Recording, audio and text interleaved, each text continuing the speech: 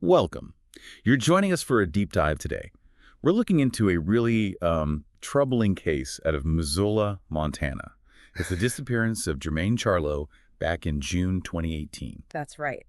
And for this, we've gathered, well, quite a bit of information. We've got material from a YouTube transcript, some TikTok posts related to the case, official perspectives from the U.S. Department of Justice, Ah, a report on handling missing persons from the Metropolitan Police Service over in the UK, which is interesting, some analysis from forensic analytics, and also insights from the Buffalo Bill Center of the West. exactly.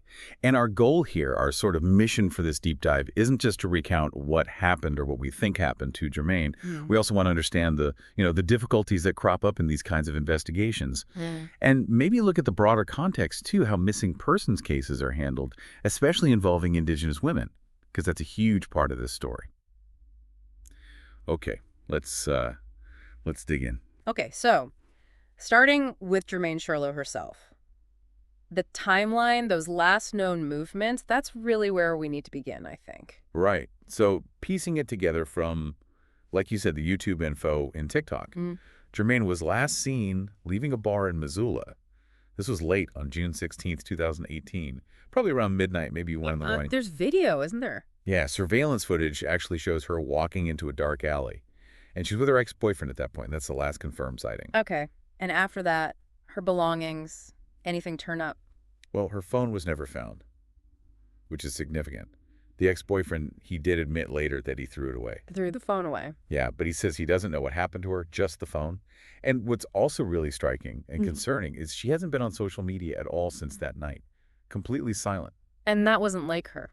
No, apparently not at all. Very out of character. That kind of digital silence, it really stands out. It certainly does. So where was she physically last seen on foot? She'd been dropped off earlier on 5th Street, specifically between Russell and Orange Streets. And when she was last seen on that video, she was walking east, so towards the Orange Street Food Farm, a local store there. Okay. But then, the phone. Even though it wasn't found, there was some activity later. Yes, exactly.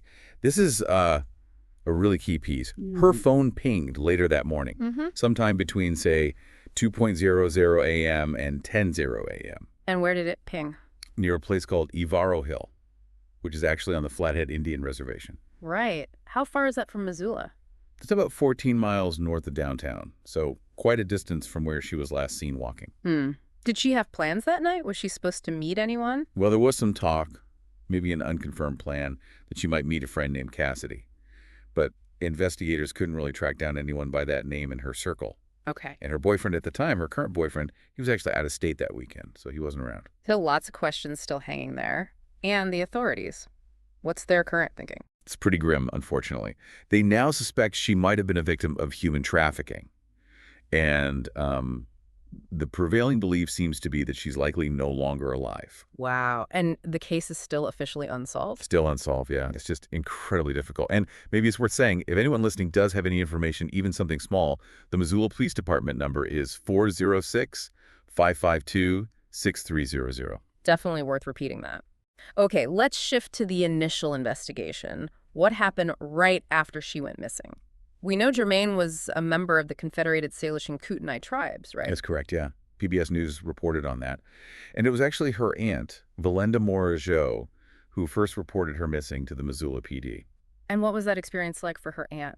Well, this is where it gets really troubling. According to Ms. Morageau, the first detective she dealt with was slow, didn't seem to take her concerns seriously. Seriously, why would she feel that? She felt it was maybe part of a pattern. She expressed a belief, a really sad one, that this is often how missing Native Americans cases are treated initially, just not given the urgency they deserve. And adding to that, there's a claim we saw, I think it was on TikTok, alleging it took 10 full days, 10 days before Missoula PD actually started an active investigation. 10 days. Wow. I mean, in any missing person case, those first hours and days are absolutely critical. So a delay like that, or even the perception of a delay and not being taken seriously, that's deeply concerning. It really is. And it leads us directly into this much bigger issue, doesn't it? Jermain's case, sadly, is just one example of this crisis of missing and murdered Indigenous women and girls. MMIWG. Absolutely. The YouTube transcript mentioned it, and that Buffalo Bill Center blog post. It lays out some really stark, frankly shocking statistics. Yeah, like Native American in Alaska, Native women and girls in the U.S. murdered at 10 times the rate of other ethnicities. 10 times. Mm. And it's even higher in Canada. I think it said 12 times. Staggering. And homicide is the third leading cause of death for Native women in the U.S. I mean, just let that sink in. The third leading cause of death. It's unbelievable. And the connection you mentioned earlier, human trafficking. The Buffalo Bill Center says 40%. 40% of trafficking cases in the U.S. and Canada involve Indigenous women. That's hugely disproportionate, especially when you consider the overall population numbers. Exactly. Look at Montana, where Jermain went missing. PBS News pointed this out. Native Americans are less than 7% of the population there. Okay. But they account for 25%, a quarter of all reported missing person cases in the state. So the question becomes, why? Why this massive disparity? Right. What's driving this? The Buffalo Bill Center piece tried to get into some of those reasons, didn't it? The underreporting, the data issues. Yeah, they highlighted some really disturbing factors, things like victim blaming, sometimes a tendency to protect offenders, unfortunately. Institutional racism, maybe, and how media covers these cases or doesn't cover them. And then you have these huge, tangled issues around police jurisdiction. Mm-hmm. You know, who's actually responsible? Tribal police, state, federal.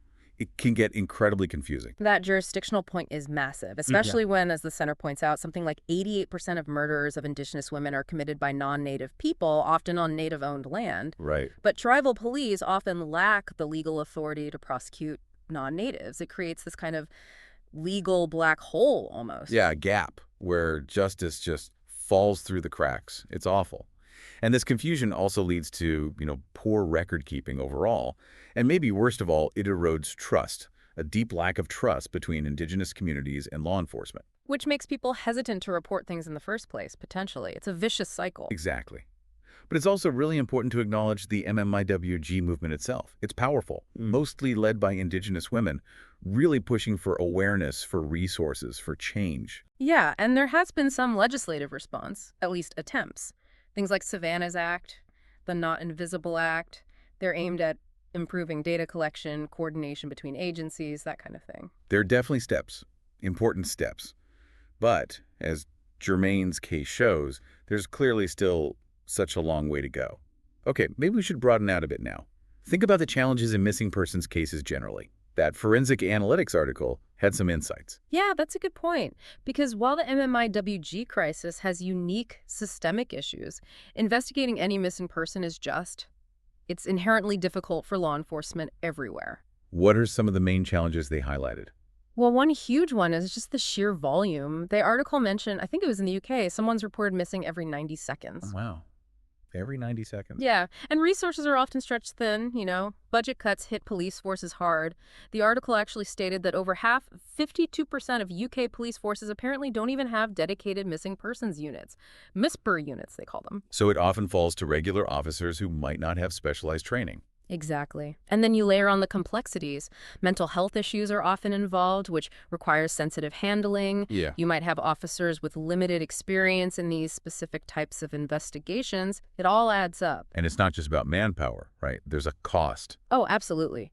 Forensic analytics points out the huge financial cost of these investigations, but also the societal cost, the impact on families, communities. It's immense. And thinking about this general pressure, these limited resources, you can see how delays, like the ones alleged in Jermain's case, might happen even if it's not, acceptable. The system itself is under strain. Definitely. The article also suggested some ways forward, kind of general recommendations, things like needing a better national strategy for missing persons. Okay. Making better use of the digital skills that younger officers often have. Raising public awareness is key. And also fostering more collaboration, not just between police agencies, but with, third sector groups, support organizations. And technology, I assume. Big time. They really emphasize the need for better use and integration of technology in these investigations. It's interesting to think about those broad points, resources, strategy, tech, and how they might have played out or could have played out differently in Jermain's case, especially in those crucial first days. Mm-hmm. Okay, so that's the challenging side. But there is progress being made, right? Especially in actually identifying people who've been missing, sometimes for a long time. The NIJ article you mentioned earlier goes into that. Yes, absolutely. And a central piece of that is NAMUS, the National Missing and Unidentified Persons System. Right. Tell us a bit about what NamUse actually is. It's more than just a database. It is. At its core, it is a powerful database. It lets investigators search and cross-match info about missing people and unidentified remains. It's designed to connect those dots, Okay. but it also provides direct support. And NamUse staff can help with things like cold case reviews. They offer biometric services, analytical support, forensic help. It's a real resource for law enforcement. That support sounds crucial, especially for smaller departments, maybe. Definitely. And Heather McKiernan, who's the Forensic Services Project Manager at NamUse, she clarified a few things in that NIJ article, like NamUse does handle juvenile cases, which some people aren't sure about. Okay. But also, critically, not every missing or unidentified case in the U.S. actually makes it into NamUse. There's no universal mandate. Only about 16 states currently require law enforcement to enter cases. Only 16, that seems low. It does. So, while it's incredibly valuable, it's not yet comprehensive nationwide. And its main focus, she stressed, is practical case solving, helping investigators on the ground. It's not primarily a research database. Got it. Practical tool. Is it keeping up with demand? Well, that's another challenge. The article notes the case volume has grown massively, nearly tenfold since it started. They're handling something like 70,000 active cases now. 70,000. Yeah, with a relatively small staff. So workload is definitely an issue. That's immense. The article also talked about how investigations have changed, needing more scientific knowledge. Right. Investigators today need at least a working knowledge of things like DNA, forensic anthropology. That's the study of human remains, odontology, which is dental evidence. It really requires a multidisciplinary team approach now. Collaboration is key. Brandon Elkins from the Tennessee Bureau of Investigation, the TBI, he seemed like a big proponent of NamUse. He did. He called it the gold standard, basically the first place they turn when unidentified remains are found. He gave examples of how NamUse helped them make matches relatively quickly. That's encouraging. Okay, let's talk DNA. That's obviously huge in identification. What are the advancements there? Well, Aaron McBride from Bode Technology talked about their work with something called SNPs, single nucleotide polymorphisms. SNPs. Okay, what are those in simple terms? Think of them as much more specific markers in your DNA compared to the older methods. The big advantage is they can work much better on degraded samples. Things like old bone fragments where traditional DNA testing might fail. Ah, okay. So better for cold cases or difficult samples.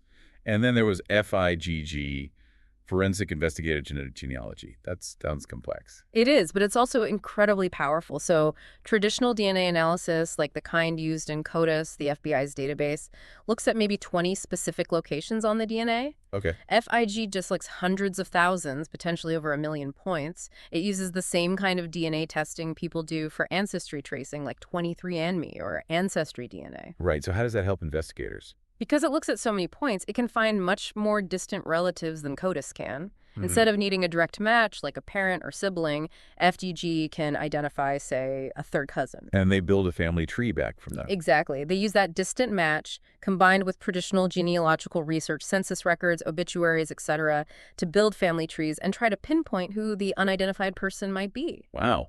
And it's working. Apparently, yes. NamUse reported something like a 50% success rate in the FAG cases they looked at. That's significantly higher than identifying someone through CODIS alone, especially for cold cases. That's a huge leap. Yeah, Mr. Elkins from TBI talked about hitting the CODIS wall cases where CODIS just wasn't providing leads. FVG has helped them break through that wall and identify remains that had been unknown for decades. Incredible. But it's not the only tool, right? No, and Heather McKiernan from NIMIS made that point clear. FG is amazing, but it can be time-consuming and expensive. You should always try the other methods first. Fingerprints, dental records, looking for tattoos or surgical implants in the NEMU's records. Those might provide a quicker, cheaper identification. FVG is more like a powerful tool for when those other avenues are exhausted. Makes sense. Exhaust the basics first.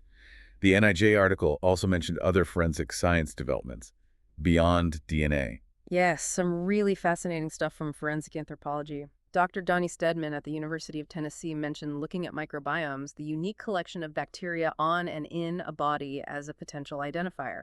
Huh.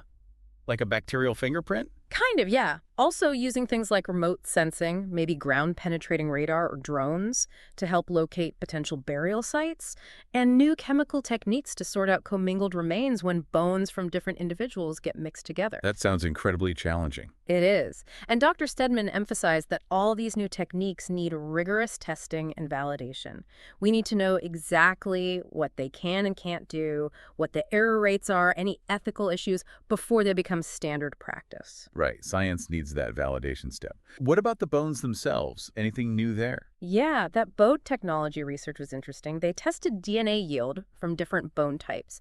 And surprisingly, sometimes small bones, like from the hands and feet or intact teeth, specifically molars, actually gave better DNA results than big long bones like the femur. Really?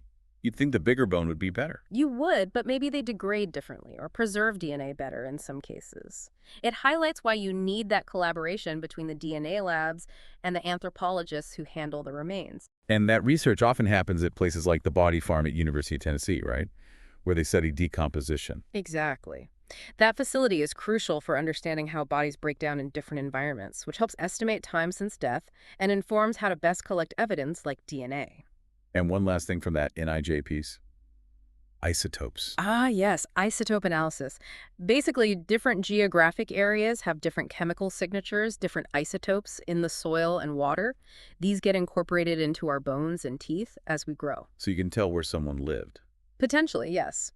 By analyzing the isotopes in unidentified remains, scientists might be able to narrow down where that person spent significant parts of their life, which could provide vital clues for identification. Science is really pushing the boundaries here. Okay, one last source to bring in. This report from the Metropolitan Police Service in London. It's about how they handle missing person calls. Different country, different system, but maybe some lessons. I think so, yeah. Because it highlights some fundamental communication and process issues that could potentially happen anywhere, maybe even relating back to the concerns Jermain's family had initially. What was the specific issue in the UK case they examined? It involved a mother reporting her child missing, and there were several problems. She was apparently given incorrect information by the call handler. Crucially, her concerns, especially about the child's medical condition, weren't properly recorded or passed on. So the investigator didn't get the full picture. Right, and the initial report was closed as not missing in one system, but the investigation was supposedly ongoing in another. It was a communication breakdown. The information wasn't flowing correctly between the initial call takers and the specialist missing persons team. That sounds messy.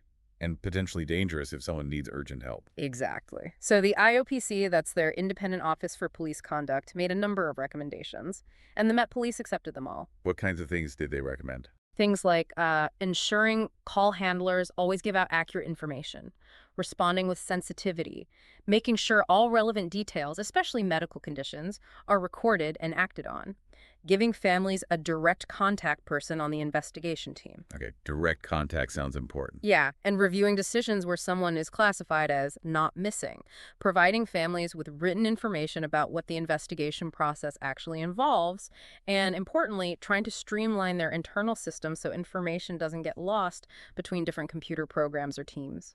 That last point, streamlining systems, seems key. It really comes down to clear communication, accurate records, and just a sensitive, thorough response, doesn't it? Absolutely. And when you hear about those recommendations, clear communication, accurate recording, sensitivity, direct contact, it does echo some of the concerns raised by Jermain Charlo's family about how her case was handled at the very beginning. It really underscores that human element. All the amazing science and technology we talked about is vital, but how the initial report is taken, how the family is treated, how information is shared, that's just fundamental. Couldn't agree more. It's about process and people as much as it is about science. So wrapping this up, Jermain Charlo's disappearance, still unsolved, it really serves as this stark reminder, doesn't it? A reminder of the ongoing MIWG crisis, but also the broader, complex struggles involved in any missing person investigation. Definitely.